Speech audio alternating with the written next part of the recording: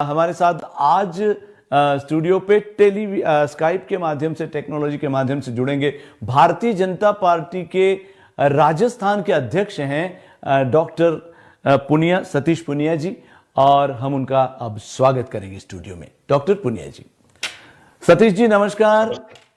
नमस्कार राम जी। सबसे पहले तो यूके में स्काई चैनल के माध्यम से और सारे यूरोप में इस प्रोग्राम को देखने वाले लोग, अमेरिका में स्वागत टीवी के माध्यम से लोग इस प्रोग्राम को देख रहे हैं, और बाकी दुनिया में फेसबुक के माध्यम से इस प्रोग्राम को देखने वाले सभी लोगों की तरफ से आपका बहुत बहुत स्वागत है। बहुत धन्यवाद आपका, थैंक यू। बाहर जब लोगों को जब भी लोग ये सुनते हैं कि भारत से कोई मंत्री, भारत से कोई वरिष्ठ अधिकारी हमारे आज के प्रोग्राम में अतिथि बन रहा है, तो अपने आप उनके मन में बहुत सारी चीजें, बहुत सारे दिमाग में सवाल मंडराने लगते हैं, और उनमें से कुछ चुनिंदा सवाल जो हैं वो लोगों की तरफ से मैं आपके सामने प्रस्तुत करूंगा और आप अपने हिसाब से उसका जवाब दीजिएगा। लेकिन इससे पहले कि मैं आपके सामने सवाल प्रस्तुत करूं, एक इंडिपेंडेंट, एक इंडिविजुअल पर्सनालिटी, जैसे आदमी भले कोई पॉलिटिशियन हो, कोई पुलिस ऑफिसर हो, कोई मिलिट्री ऑफिसर हो, एंड ऑफ द डे वो एक इंसान है जिसको सुख दुख भी होता है, जिसको बीमारियां भी होती हैं, जिसको डर भी सताता है, जिसको अपना परिवार भी होता है, जिसके उनके अपने बच्चे होते हैं, ग्रैंड चिल्ड्रन होते हैं। तो ऐसे में इस महामारी के चलते एक व्यक्ति के रूप में आप इसको कैसे हैंडल करते हैं? बड़ा कठिन प्रश्न है।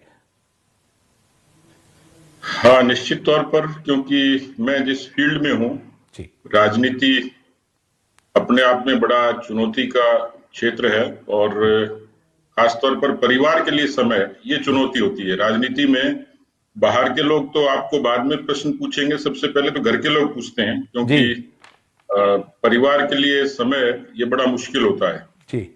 कई बार बुराई में भी अच्छाई होती है, लेकिन हम जैसे लोगों को कोरोना ने, इस लॉकडाउन ने यह अवसर दिया जी कि भले ही सुबह या शाम किसी न किसी रूप से घर के लोगों से, जो खासतौर पर हम जैसे बहुत पॉलिटिकल, तो अटेंड कर रहा हूं, परिवार के लिए भी समय, लेकिन बाकी सारा जो फील्ड की एक्टिविटी लिहाज से होता है वो लॉकडाउन में स्क्रीन के जरिए होता है। इसलिए फर्क इतना ही है, न दिनचर्या में फर्क हुआ है, न सोच में, न किसी और चीज में। सोचा ये था कि लॉकडाउन होगा तो हम भी और लोगों की तरह एंटरटेन करेंगे, गाने सुनेंगे, बुक्स पढ़ेंगे, बच्चों के साथ में एंजॉय करेंगे, लेकिन वो सब चीजें बंद हो गई, क्योंकि इस समय चैलेंज बड़ा है, इसलिए बाकी चीजों में ज्यादा एंगेज होना पड़ा। सतीश जी, अब एक बहुत बड़ा महत्वपूर्ण प्रश्न है जो इस समय लोगों को बहुत ज्यादा सता रहा है, खास करके वो लोग जो किसी वजह से इंग्लैंड में जो स्टूडेंट्स हैं या जो लोग घूमने आए थे और लॉकडाउन होने की वजह से वो इस समय ऐसे फंसे हुए हैं। अच्छा, ये होता है कि अपने घर में सुरक्षा हो या ना हो, लेकिन जब मुसीबत आती है तो सबसे पहले दिमाग अपने घर की तरफ दौड़ता है। तो इस समय इंग्लैंड में और यूरोप में फंसे हुए बहुत सारे स्टूडेंट्स हैं जो अपने अपने घरों को लौटना चाहते हैं। तो अभी पिछले कुछ दिनों में भारत सरकार की तरफ से घोषणाएं की गई हैं कि भाई इनके लिए अब वापस ले जाने की जो व्यवस्था है, कुछ फ्लाइट्स का अरेंजमेंट किया गया है। लेकिन हम तक जो सूचना पहुंची है, लोगों तक जो सूचना पहुंची है कि अभी तक सिर्फ और सिर्फ 7 फ्लाइट्स हैं इंग्लैंड की तरफ से, इंग्लैंड से बाहर जाने के लिए सिर्फ 7 फ्लाइट्स हैं। तो बाकी के जो लोग हैं, बाकी का क्या अरेंजमेंट होने वाला? Sir, Satish ji, hello. मुझे लगता है कोई तकनीकी डिफिकल्टी है, टेक्निकल प्रॉब्लम है, और उसकी वजह से we are trying to get him back. तो हम बात कर रहे हैं डॉक्टर सतीश पुनिया से, जो भारतीय जनता पार्टी के राजस्थान अध्यक्ष हैं, और जैसे ही हम उनके साथ में वापस कनेक्शन करेंगे हम एक बार फिर से उनसे बातचीत का सिलसिला शुरू करेंगे। आप सब लोगों की तरफ से बहुत सारे सवाल हैं जो आज हम उनसे पूछेंगे और हम कोशिश करेंगे कि उसका अप्रोप्रिएट जवाब, जानकारी आप तक पहुंचे, ताकि जो लोग अपनी पोजीशन की वजह से थोड़े अपसेट हैं, दुखी हैं, वो उनको उनके सवालों का जवाब मिले और उनका मन आश्वस्त हो जाए। और साहब, एक बार फिर से, जब तक कि मंत्री जी से हम वापस लौटते हैं, पुनिया जी से, और बात करते हैं, आपको एक बार फिर से आज का सवाल बता दें कि आपको ये बताना है कि वो कौन। नमस्ते। इस बीच आपने गाना एक बार फिर से जो मैंने सवाल पूछा था वो दोहरा रहा हूं कि यूके से जाने वाली फ्लाइट्स के बारे में जो एक पता चला है कि 7 फ्लाइट्स हैं, तो लोगों के दिमाग में उधड़ बुन है कि सिर्फ 7 फ्लाइट से काम कैसे चलेगा। ये बिल्कुल सही समय आपने सवाल पूछा है। कल ही जो MOS एक्सटर्नल अफेयर्स हैं, मिस्टर वी मुरलीधरन जी, वो वीडियो कॉन्फ्रेंस में थे। खासतौर पे राजस्थान के काफी स्टूडेंट्स, ये कजाकिस्तान, किर्गिस्तान, यूक्रेन और यूके, US, सिंगापुर, ये सारी कंट्रीज में है। तो उन स्टूडेंट्स के बराबर मेल्स और फोन, व्हाट्सएप कॉल्स बराबर लंबे टाइम से आ रहे थे जी। तो हमने ये अच्छा समझा कि उनसे बात करें। तो फर्स्ट फेज में हम 20 मार्च को external affair minister S Jaishankar से मिले थे जी। उन्होंने अश्योर किया था कि पेंडेमिक है, इसलिए कुछ रेस्ट्रिक्शंस रहेंगे जी। लेकिन कल MOS एक्सटर्नल अफेयर्स ने बिल्कुल अश्योर किया उन्होंने कि हिंदुस्तान का कोई भी स्टूडेंट जी, कोई भी लेबर, कोई भी जिनका वीजा एक्सपायर हो गया, कोई टूरिस्ट वीजा के लोग, कोई इस तरीके के बीमार जो इलाज के लिए आए थे जी, उन सबको इवैक्यूएट करेंगे। और ये फाइनल हो गया। तो फ्लाइट्स की लिमिटेशन, क्योंकि परमिशन और एक साथ बहुत सारे लोगों को निकालना और यहाँ फिर क्वारंटाइन करना जी, क्योंकि दिल्ली एयरपोर्ट पे मुझे लगता है मैक्सिमम लोग उतरेंगे और लाखों की संख्या में, इसलिए वो फेज वाइज होगा। उन्होंने ये इसके लिए अभी 7 तारीख से शुरुआत की है, लेकिन जून तक चलेगा जी। तो उसके लिए पूरा अश्योर किया है। मैं समझता हूँ कि जो दर्शक मुझे सुन रहे हैं जी, हिंदुस्तान के जो लोग, तमाम स्टूडेंट्स या कोई भी लोग जो लॉकडाउन में फंसे हैं जी, उनको भारतीय सरकार ने पूरे तरीके से आश्वस्त किया है जी। तो मतलब सिर्फ 7 फ्लाइट्स नहीं, there are plenty of flights in process, धीरे धीरे सबको ले जाया जाएगा। एक प्रश्न और है सर कि यहाँ से जो फ्लाइट जा रही हैं वो कुछ जो मेन सिटीज जैसे बैंगलोर है, हैदराबाद है, बंबई है, दिल्ली है, कलकत्ता है, लेकिन यहाँ पर और भी छोटे छोटे शहरों से लोग, जैसे कश्मीर है, आपके राजस्थान है, तो बाकी के जो शहर हैं वहां के जो स्टूडेंट्स यहाँ पर फंसे हुए हैं उनके लिए क्या और दूसरे डेस्टिनेशन की फ्लाइट्स का अरेंजमेंट हो रहा है? देखिए, जहां इंटरनेशनल एयरपोर्ट है वहां तो वो फ्लाइट्स लैंड करेंगी, नंबर 1 जी। दूसरा, जो नंबर ऑफ पैसेंजर्स, इस पे डिपेंड करेगा जी। मिनिमम 200 पैसेंजर्स, 200 पैसेंजर जी, ये उसकी एक शर्त है, ये होंगे जी, तो उस एयरपोर्ट पे वो आसानी से उतरेंगे। मान लीजिए मैंने राजस्थान के लिए, जयपुर के लिए बात की है जी, तो वो सारी फ्लाइट्स यदि 200 पैसेंजर्स होंगे तो जयपुर में वो लैंड करेंगी। अदरवाइज वो दिल्ली या नियरेस्ट एयरपोर्ट पे करेंगे, वहां से बाकी जो स्टेट की गवर्नमेंट्स हैं वो उनको ट्रांसपोर्ट करेंगी। अच्छा, तो मतलब मेन जहां पर इंटरनेशनल एयरपोर्ट है वहां पर फ्लाइट्स जाएगी। अब एक थोड़ा सा कॉम्प्लिकेटेड वहां लोगों के सामने ये, जैसे जैसे लोग एयरलाइन से संपर्क कर रहे हैं या एयरलाइंस उनसे संपर्क कर रही है, और वो प्रश्न है क्वारंटाइन चार्जेस के बारे में, क्योंकि एक बड़ी दुविधा में है जो लोग यहाँ से अब एयरलाइन के संपर्क में हैं कि क्वारंटाइन चार्जेस वो फ्री है या उसको एयरलाइन कलेक्ट करने वाली है, या लोगों को भरना है, उनके एयरपोर्ट पे उतरते ही क्वारंटाइन चार्जेस जो उनसे कलेक्ट किया जाएगा। इस बारे में थोड़ी सी भ्रमंती है लोगों के दिमाग में, कोई क्लियर पिक्चर नहीं है। तो मैं आपके माध्यम से अपने श्रोताओं तक ये बात पहुंचाना चाहूंगा, अगर आप इस बारे में कुछ प्रकाश डाल सके तो। मैं बताता हूं। इसमें मान लीजिए कोई दिल्ली एयरपोर्ट पे उतरता है जी, तो वो उसको चॉइस करनी है जो नियरेस्ट स्टेट होगा।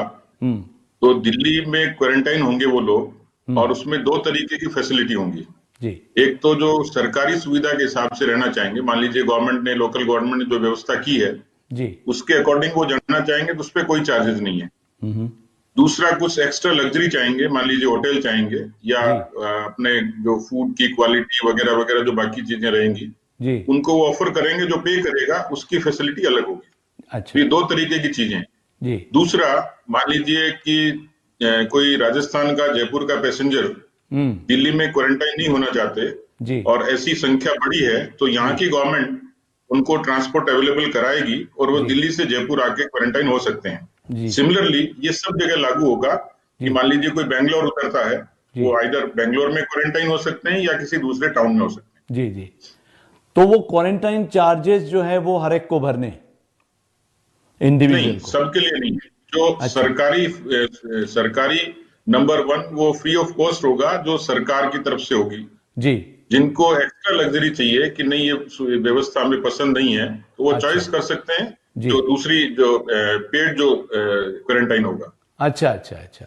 तो मतलब दो जी दो ऑप्शन हैं, जिनको गवर्नमेंट की जी, दो ऑप्शन व्यवस्था होंगे। और सहूलियत पसंद हो उनके लिए फ्री ऑफ जी चार्ज है। जिनको स्पेशल चाहिए कि भाई हमको 4 स्टार होटल ही चाहिए या हमको खाना ऐसा ही चाहिए, एक्सेट्रा एक्सेट्रा, तो स्पेशलिस्ट अगर स्पेशल उनको प्रोविजन चाहिए तो देन दे हैव टू पे द चार्जेस। जी चलिए, ये एक बहुत ही इम्पोर्टेंट क्वेश्चन था सर, जो बहुत सारे लोगों के दिमाग में मतलब समझ में नहीं आ रहा था लोगों को। तो ये एक अच्छी बात हुई कि उनके लिए अब ये बात क्लियर हो गई कि basically in general it is free, लेकिन अगर आपको स्पेशल कोई उसमें सुविधा चाहिए तो आपको एक्स्ट्रा पैसे भरने पड़ेंगे। डेफिनेटली। अब एक बात सर और है कि हमारा प्रोग्राम जो है वो सिर्फ लंदन में या यूके में नहीं देखा जाता, बल्कि यूरोप में, सारे यूरोप में ये प्रोग्राम जाता है और अमेरिका में स्वागत टीवी के माध्यम से। तो यूके के अलावा यूरोप और दुनिया के बाकी के हिस्सों में जहां जहां लोग अब कोरोना की वजह से फंसे हुए हैं और अपने अपने घरों को वापस लौटना चाहते हैं, उनके लिए भारत सरकार की तरफ से क्या व्यवस्था हो रही है? इसमें अल्टीमेट रिएक्शन यही है कि जो भारत में जो लोग आना चाहेंगे जी। उनको भारत की सरकार लाएगी, नंबर 1। इसकी प्रायोरिटीज अलग अलग, मैंने जैसे बताया जी। कि मान लीजिए कोई प्रेग्नेंट लेडी है, जी। कोई बहुत बुजुर्ग है, सीनियर सिटीजन है, जी। ऐसे जो मिडिल ईस्ट में जो लेबर्स हैं, जी। जिनकी बिल्कुल काम बंद हो गया, जी। जिनको खाने की और रहने की कोई फैसिलिटी नहीं है, वो सब लोग प्रायोरिटी से आएंगे। जी। स्टूडेंट्स भी आएंगे और बाकी लोग भी जिनका टूरिस्ट वीजा था या किसी काम के लिए गए, स्टक हो गए, जी। ऐसे सब लोग भारत की सरकार ने एश्योर किया है। लेकिन ये आएंगे फेज वाइज, जी। एक साथ बड़ा मुश्किल होगा, क्योंकि जो आने वाले लोगों की संख्या है वो लाखों में है। जी। मोटे तौर पे देखें तो 15-20 लाख लोग हैं। जी। अब उनको फेज वाइज ही लाया जाएगा। तो ये मतलब अंदाजे आपको कितना, आपको लगता है ये 3-1 महीने लग जाएंगे, 2 महीने लग जाएंगे?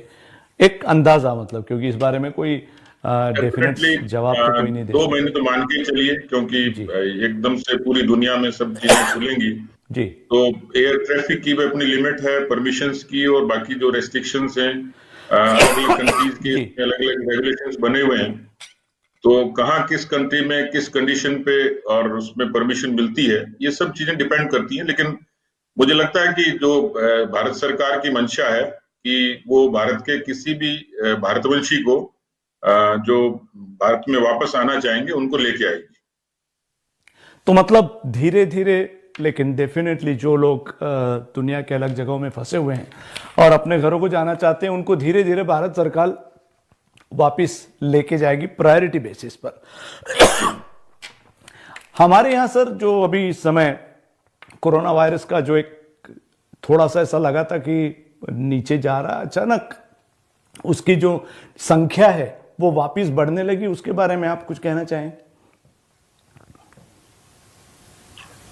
देखिए, एक तो लोग इसके बहुत आदी नहीं थे, क्योंकि इस तरीके की जो पेंडेमिक है वो 100 वर्षों में आती है। तो जैसे हमारी जनरेशन ने तो इस तरीके की महामारी देखी नहीं है, तो लोगों को उससे बचाव की और बहुत जागरूकता इस तरीके से नहीं थी। दूसरा, लोगों में भय भी बहुत है, डर है। तीसरा, 1 महीने लोगों का लॉकडाउन होना, वो लोगों के लिए एक बड़ा चैलेंज था। तीसरा, वायरस की जो जिस तरीके की प्रवृत्ति है, जो नेचर है, वो बड़ा ऑफेंसिव और बहुत एग्रेसिव किस्म का वायरस है और बहुत जल्दी स्प्रेड होता है। इसलिए कम्युनिटीज में मुझे लगता है कि इसका संक्रमण ज्यादा बढ़ा एकदम से। बहुत कारण हो सकते हैं उसके लोगों का, जैसे हमारे भारत में जो विदेशों से जिन लोगों का मूवमेंट हुआ और जो अलग अलग जगह पे गए और किसी वजह से उनको कोरोना हुआ और वो जो संक्रमण है वो फैला। जो मेट्रो सिटीज में थे, भारत के गांव में अभी भी इन जनरल कोरोना नहीं है। भारत में भी गांव में कोरोना गया है तो बॉम्बे से गया है, दिल्ली से गया है, मेट्रो से गया है। तो इसलिए इसका जो प्रभाव है वो मल्टीप्लाई हुआ। लेकिन मुझे लगता है कि ये कुछ फेजेज होती हैं। एक समय होता है कि जब वो बहुत कम्युनिटी जब स्प्रेड होता है तो एकदम से ग्राफ ऊपर जाता है, लेकिन धीरे धीरे उसकी जब रिकवरी होती है, और ऑब्वियसली हम लोग देख रहे हैं कि भारत के 130 करोड़ के देश में और केवल हजारों में ये संख्या होना, मुझे लगता है कि समय के हिसाब से ग्राफ वापस भी आएगा, क्योंकि लोग जागरूक भी होंगे, कुछ प्रिकॉशन रखेंगे, कुछ धीरे धीरे जो जनरल रेमेडी है उसके आधार पे ठीक भी हो रहे हैं। 85% लोग ठीक हो रहे होंगे इम्यूनिटी के कारण, ट्रीटमेंट के कारण, आइसोलेशन के कारण, क्वारंटाइन के कारण। डेफिनेटली मुझे लगता है कि ये कोई ग्राफ है जो अभी ऊपर है, लेकिन मुझे लगता है नीचे आएगा, जल्दी नीचे जाएगा। ये बात तो तय है सर कि 130 करोड़ की जनसंख्या वाले देश में सिर्फ 50 या 60 हजार लोग इस संक्रमण के शिकार हैं। डेथ तो बहुत कम है, तो अपने आप में एक उपलब्धि है और इसके लिए भारतीय जनता पार्टी के हमारे प्रधानमंत्री नरेंद्र मोदी और उनके साथ जो लोग जुड़े हुए हैं उनको इस बात का श्रेय जाता है। एक बात मैं ये पूछना चाहूंगा सर कि जो लोग इस समय अपने अपने घरों में कैद हैं, वो फिर भारतीय हो विदेशी हो, आप अपने अनुभव के तौर पे, क्योंकि आप लोग हमेशा एक बहुत बड़ा प्रेशर जो कोई देख नहीं सकता, लेकिन आपके ऊपर एक बहुत भारी भयंकर सा प्रेशर बना हुआ होता है। लोग आपकी तरफ देखते रहते हैं आप क्या कर रहे हैं। अच्छा करने के बाद बहुत जल्दी कोई प्रशंसा नहीं करता, लेकिन अगर कहीं किसी नेता से, एक वरिष्ठ अधिकारी से गलती हो गई तो लोग तुरंत उसके ऊपर टूट पड़ते हैं। और खास करके सोशल मीडिया आजकल इतना पावरफुल हो गया है कि वो लोगों को जीने नहीं देता। तो ऐसे में एक तरफ मानसिक तनाव, मानसिक प्रेशर, दूसरी तरफ पार्टी के प्रति आपका जो आपकी रिस्पॉन्सिबिलिटी है, और तीसरा इन सब के चलते आपका अपना परिवार और आपका अपना भी स्वास्थ्य है। तो एक ह्यूमंगस प्रेशर जो दिखता नहीं लेकिन कंटिन्यूअसली आपके ऊपर है, उसके बावजूद आप बिल्कुल हस्तमुख से इन सारी समस्याओं के साथ में बड़ी अच्छी तरह से आप इनको सामने जाके आप इसके साथ में लड़ रहे हैं। तो जो लोग डरे हुए हैं, अपने घरों में दुबके पड़े हुए हैं और इस बात का एक इंतजार कर रहे हैं कि कब ये घटा जो है, काली घटा, वो छटेगी और सूरज कब निकलेगा, तो उनके लिए आप क्या कहना चाहेंगे सर? राम जी, दो चीजें हैं। एक तो कुछ नेचुरल चीज होती है बीमारी से लड़ने की, जिसको इम्यूनिटी कहते हैं, रोग प्रतिरोधक क्षमता। वो नेचुरल होती है और उसका कारण अलग अलग है। भारत के लोग, क्योंकि मैं महसूस करता हूं, जो अभी चर्चा की हम लोगों ने, तो भारत के लोगों की रसोई जो किचन है वो अपने आप में फार्मेसी है, मेडिकल स्टोर है। तो इसलिए उनको इम्यूनिटी अच्छी है और इस वजह से भारत में संख्या कम है। दूसरा, जो लॉकडाउन के जो पालन हुआ, प्रधानमंत्री जी ने खुद ने कहा भारत में कि भारत की जनता इस बात के लिए और धन्यवाद की पात्र है कि उन्होंने लॉकडाउन का पालन किया। मैं देख रहा था दुनिया के कई देशों में, अमेरिका में मिशिगन का कोई उदाहरण आया कि बहुत लोग लॉकडाउन तोड़ के बाहर आ गए, मेयर के खिलाफ नारे लगाए, वगैरह वगैरह। ऐसा कई शहरों में भी हुआ, कई देशों में भी हुआ। लेकिन जिन देशों ने, जिनकी इम्यूनिटी ठीक थी, नंबर 1, जिन्होंने लॉकडाउन का पालन किया, नंबर 2 जी।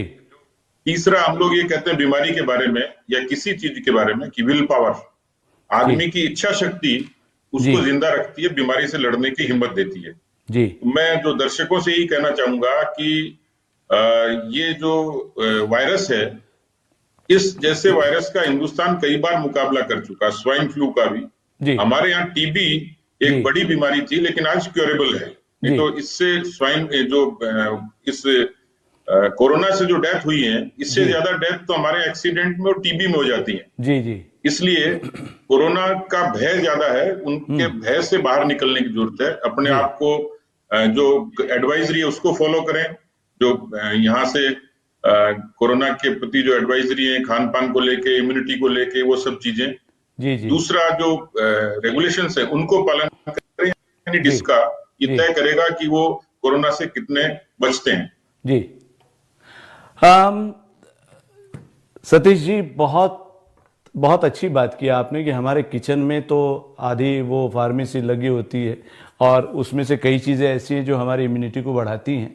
अब ये सारी बातें तो हो गई एक ऑफिशियल लेवल पे और बहुत अच्छा लगा, और मैं हमारे सभी देखने वालों की तरफ से आपका बहुत ज़्यादा शुक्रगुजार हूँ कि आप आए और आपने जनता को मार्गदर्शन किया और बहुत इंपॉर्टेंट क्वेश्चन जो उनको बॉदर कर रहे थे उनका जवाब बहुत अच्छी तरह से, बहुत सही तरीके से दिया। उनके दिमाग में जो भ्रांतियां थी वो क्लियर हो गई। अब एक बात सर मैं आपसे और पूछना चाहता हूं कि मान लीजिए कि ये जो लॉकडाउन है, जैसा आपने सोचा था कि आप अगर कंप्लीट लॉकडाउन होगा तो आप भी अपना मनोरंजन करेंगे, आप अपने बच्चों से बात करेंगे, परिवार के साथ समय निकालेंगे, तो अपने राजनीतिक कैरियर को अगर हम छोड़ दें, आपका राजनीतिक जीवन जो है उसको एक तरफ जोड़ें, तो आपकी क्या मतलब आपकी फेवरेट चीज़ें क्या है? फिल्में देखना, गाने गाना, तैराकी करना, आपको क्या अच्छा लगता है? अगर आपको समय दिया गया तो क्या करेंगे?